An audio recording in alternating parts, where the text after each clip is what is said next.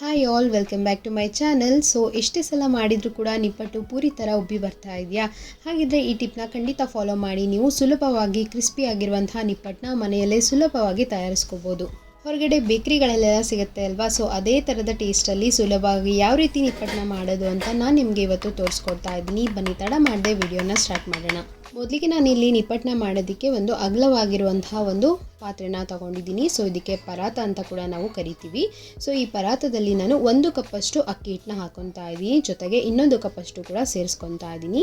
ಕರೆಕ್ಟಾಗಿರುವಂತಹ ಮೆಜರ್ಮೆಂಟಲ್ಲಿ ನೀವು ಸೇರಿಸ್ಕೊಂಡು ಮಾಡಿಕೊಂಡ್ರೆ ತುಂಬಾ ಚೆನ್ನಾಗಿ ಕ್ರಿಸ್ಪಿ ಆಗಿರುವಂತಹ ನಿಪ್ಪಟ್ಟು ರೆಡಿ ಆಗುತ್ತೆ.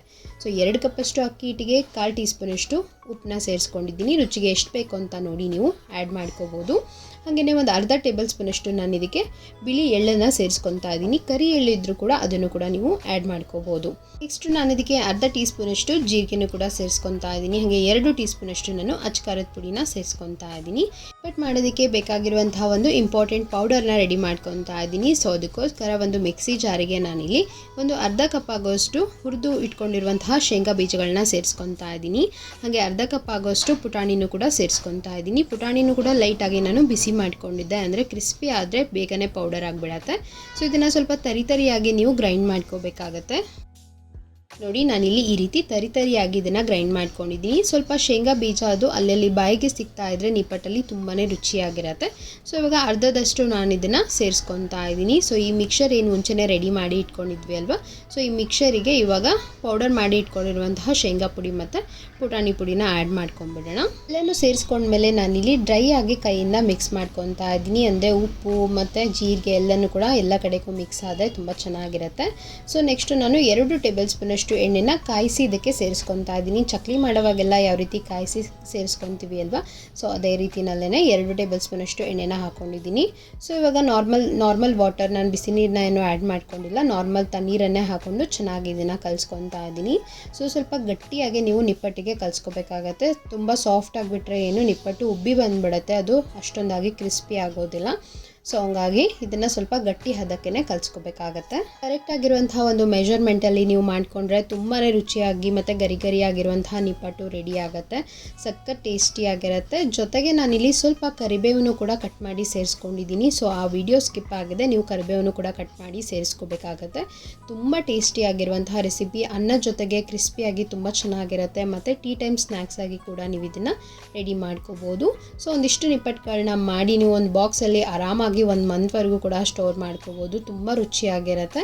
ನೋಡಿ, ಹಿಟ್ಟನ್ನ ನಾನು ಈ ಹದಕ್ಕೆ ಗಟ್ಟಿಯಾಗಿ ಕಲಸಿ ಇಟ್ಕೊತಾ ಇದ್ದೀನಿ. ಸೊ ನಿಮಗೆ ಗೊತ್ತಾಗುತ್ತೆ ಹದ ನೋಡ್ತಾ ಇದ್ದರೆ. ಸೊ ಇದಕ್ಕೆ ಇದನ್ನು ನೀಟಾಗಿ ಕಲಸಿ ಇಟ್ಕೊಂಡ್ಬಿಡೋಣ. ಹಿಟ್ಟನ್ನ ನಾವು ನೆನೆಯೋದಕ್ಕೆ ಬಿಡೋ ಅವಶ್ಯಕತೆ ಇಲ್ಲ. ಹಿಟ್ಟು ಕಲಸಿದ ತಕ್ಷಣವೇ ನೀವು ನಿಪ್ಪಟ್ಟನ್ನ ರೆಡಿ ಮಾಡ್ಕೋಬೋದು. ನಾನಿವಾಗ ನಿಪ್ಪಟ್ಟನ್ನ ರೆಡಿ ಮಾಡ್ಕೊತಾ ಇದ್ದೀನಿ. ಸೊ ಈ ರೀತಿ ಚಪಾತಿ ಶೀಟ್ ಇರುತ್ತೆ ಅಲ್ವಾ? ಸೊ ಅದನ್ನು ತೊಗೊಂಡು ಅದ್ರ ಮೇಲ್ಗಡೆ ಚಪಾತಿ ಥರ ಇದನ್ನು ಲಟ್ಟಿಸ್ಕೊಂಬಿಡೋಣ. ಸಿಂಗಲ್ ಆಗಿ ಮಾಡ್ತೀರಾ ಅಂದರೆ ಹಾಗೂ ಕೂಡ ಮಾಡ್ಕೋಬೋದು. ನಾನು ಮಾಡೋವಂಥ ಮೆಥಡಲ್ಲಿ ಮಾಡಿದರೆ ತುಂಬಾ ಬೇಗ ಮಾಡ್ಕೋಬೋದು. ಹಾಗೆಯೇ ರೌಂಡ್ ಶೇಪಲ್ಲಿ ಮಾಡ್ಕೋಬೋದು, ತುಂಬ ಚೆನ್ನಾಗಿರುತ್ತೆ. ಸೊ ಚಪಾತಿ ಹಿಟ್ಟಿನ ಒಂದು ಶೇಪಲ್ಲಿ ಇದನ್ನು ಲಟ್ಟಿಸ್ಕೊಂಬಿಡೋಣ. ತುಂಬ ತೆಳುವಾಗಿ ಕೂಡ ಲಟ್ಟಿಸ್ಕೋಬಾರ್ದು, ಮೀಡಿಯಮ್ ಆಗಿ ಲಟ್ಟಿಸ್ಕೊಂಡ್ರೆ ಸಾಕಾಗುತ್ತೆ. ನೋಡಿ, ನಾನು ಈ ರೀತಿ ಒಂದು ಬಟ್ಲದಿಂದ ಇದನ್ನು ಕಟ್ ಮಾಡ್ಕೊತಾ ಇದ್ದೀನಿ.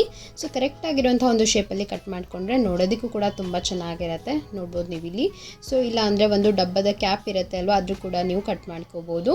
ಹಾಗೆಯೇ ನಾನು ಒಂದು ಫೋರ್ಕಿಂದ ಇದನ್ನು ಈ ರೀತಿ ಚುಚ್ತಾ ಇದ್ದೀನಿ. ಯಾಕೆ ಅಂತ ಅಂದರೆ ಈ ಟಿಪ್ನ ನೀವು ಫಾಲೋ ಮಾಡೋದ್ರಿಂದ ನಿಪ್ಪಟ್ಟು ಯಾವುದೇ ಕಾರಣಕ್ಕೂ ಉಬ್ಬಿ ಬರೋದಿಲ್ಲ, ತುಂಬಾ ಕ್ರಿಸ್ಪಿಯಾಗಿ ರೆಡಿ ಆಗುತ್ತೆ.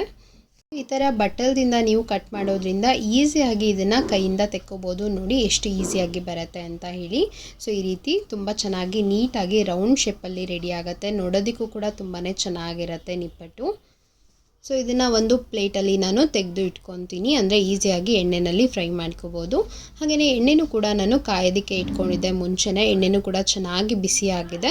ಒಂದು ಸಣ್ಣ ಪೀಸಷ್ಟು ಹಾಕಿ ನೋಡ್ತಾ ಇದ್ದೀನಿ. ಹಾಕಿದ ತಕ್ಷಣ ಅದು ಮೇಲ್ಗಡೆ ಬಂದರೆ ಆಯಿಲ್ ಚೆನ್ನಾಗಿ ಬಿಸಿಯಾಗಿದೆ ಅಂತ ಹೇಳಿ. ಸೊ ಇವಾಗ ರೆಡಿ ಮಾಡಿ ಇಟ್ಕೊಂಡಿರುವಂತಹ ನಿಪ್ಪಟ್ಟನ್ನ ಆಯಿಲ್ ಒಳಗಡೆ ಹಾಕ್ಕೊಳ್ಳೋಣ. ತುಂಬಾ ಟೇಸ್ಟಿಯಾಗಿರುವಂತಹ ರೆಸಿಪಿ ಮತ್ತು ಇನ್ಸ್ಟೆಂಟಾಗಿ ಮಾಡ್ಕೋಬೋದು, ತುಂಬಾ ಕ್ವಿಕ್ಕಾಗಿ ಮಾಡ್ಕೋಬೋದು. ಸೊ ಇವಾಗ ನಿಪ್ಪಟ್ಟನ್ನ ಹಾಕ್ಕೊಂಡು ಹಾಗೇನೆ ಸ್ಪೂನ್ ಏನೋ ಆಡಿಸ್ಬಾರ್ದು ನಾವು, ಅದು ತಾನಾಗೆ ಮೇಲೆ ಬರುತ್ತೆ ಅಲ್ವಾ? ಸೊ ಅವಾಗ ಅದನ್ನು ಟರ್ನ್ ಮಾಡ್ಕೋಬೇಕಾಗತ್ತೆ. ಲೈಟಾಗಿ ಬ್ರೌನಿಷ್ ಬರೋವರೆಗೂ ಇದನ್ನು ಫ್ರೈ ಮಾಡ್ಕೊಳ್ಳೋಣ. ಬೇಗನೆ ತೆಗೆದುಬಿಟ್ರೆ ಅದು ಮೆತ್ತಗಿರುತ್ತೆ, ಅಷ್ಟೊಂದಾಗಿ ಕ್ರಿಸ್ಪಿ ಆಗೋದಿಲ್ಲ. ಆದಷ್ಟು ಲೈಟಾಗಿ ಗೋಲ್ಡನ್ ಬ್ರೌನ್ ಬರೋವರೆಗೂ ಇದನ್ನು ಚೆನ್ನಾಗಿ ಸಣ್ಣ ಉರಿನಲ್ಲೇ ಫ್ರೈ ಮಾಡ್ಕೊಂಬಿಡೋಣ. ನೋಡಿ ನಿಪ್ಪಟ್ಟು ಕೂಡ ಲೈಟಾಗಿ ಬ್ರೌನಿಷ್ ಆಗಿದೆ, ನೀವು ಇಲ್ಲಿ ನೋಡ್ಬೋದು. ಸೊ ಇವಾಗ ನಾನು ಇದನ್ನು ತೆಗೆದು ಒಂದು ಟಿಶ್ಯೂ ಪೇಪರ್ ಮೇಲೆ ಹಾಕೊತಾ ಇದ್ದೀನಿ. ಎಕ್ಸ್ಟ್ರಾ ಆಯಿಲ್ ಏನಾದರೂ ಇದ್ದರೆ tissue paper ಹೀರ್ಕೊಂಡ್ಬಿಡತ್ತೆ.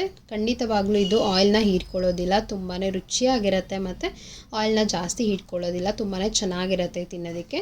So second batch ಕೂಡ ನಾನು ಫ್ರೈ ಮಾಡಿ ಇಟ್ಕೊತಾ ಇದ್ದೀನಿ. ಫೈನಲಿ ಎಲ್ಲ ನಿಪ್ಪಟ್ಟನ್ನು ಕೂಡ ಫ್ರೈ ಮಾಡಿ ಇಟ್ಕೊಂಡಿದ್ದೀನಿ. ನೀವು ಇಲ್ಲಿ ನೋಡ್ಬೋದು ಎಷ್ಟು ಕ್ರಿಸ್ಪಿಯಾಗಿದೆ ಅಂತ ಹೇಳಿ. ನಿಮಗೆ ಒಂದು ಕಟ್ ಮಾಡಿ ತೋರಿಸ್ತಾ ಇದ್ದೀನಿ. ತುಂಬಾ ಕ್ರಿಸ್ಪಿಯಾಗಿರುತ್ತೆ, ತಿನ್ನೋವಾಗೂ ಬಾಯಲ್ಲಿ ಹಾಕ್ಕೊಂಡು ನಾನು ಇವಾಗ ತೋರಿಸ್ತಾ ಇದ್ದೀನಿ. ನೀವು ಸೌಂಡನ್ನ ಕೇಳಿಸ್ಕೋಬೋದು, ತುಂಬಾ ಕ್ರಿಸ್ಪಿಯಾಗಿರುತ್ತೆ ಮತ್ತು ತುಂಬಾ ಈಸಿಯಾಗಿರುವಂಥ ಒಂದು ರೆಸಿಪಿ. ಖಂಡಿತ ನೀವು ಕೂಡ ಈ ರೆಸಿಪಿನ ಟ್ರೈ ಮಾಡಿ. ಯಾರೆಲ್ಲ ಟ್ರೈ ಮಾಡಿದ್ದೀರಾ ನನಗೆ ಕಾಮೆಂಟ್ ಸೆಕ್ಷನಲ್ಲಿ ತಿಳಿಸಿ. ಈ ರೆಸಿಪಿ ನಿಮಗೆ ಇಷ್ಟ ಆದರೆ ಖಂಡಿತ ಒಂದು ಲೈಕ್ ಮಾಡಿ ಮತ್ತು ನಿಮ್ಮ ಫ್ರೆಂಡ್ಸ್ ಆ್ಯಂಡ್ ಫ್ಯಾಮಿಲಿಗೂ ಕೂಡ ಈ ವಿಡಿಯೋನ ಶೇರ್ ಮಾಡಿ. ಎಲ್ಲ ಹೊಸದಾಗಿ ನನ್ನ ಚಾನಲ್ನ ನೋಡ್ತಾ ಇದ್ದೀರಾ, ದಯವಿಟ್ಟು ಸಬ್ಸ್ಕ್ರೈಬ್ ಮಾಡಿಕೊಂಡು ನನಗೆ ಸಪೋರ್ಟ್ ಮಾಡಿ. ಹಾಗಿದ್ರೆ ನೆಕ್ಸ್ಟ್ ವಿಡಿಯೋದಲ್ಲಿ ನಾನು ನಿಮಗೆ ಸಿಗ್ತೀನಿ. ಅಂಟಿಲ್ ದೆನ್ ಟೇಕ್ ಕೇರ್, ಬಾಯ್.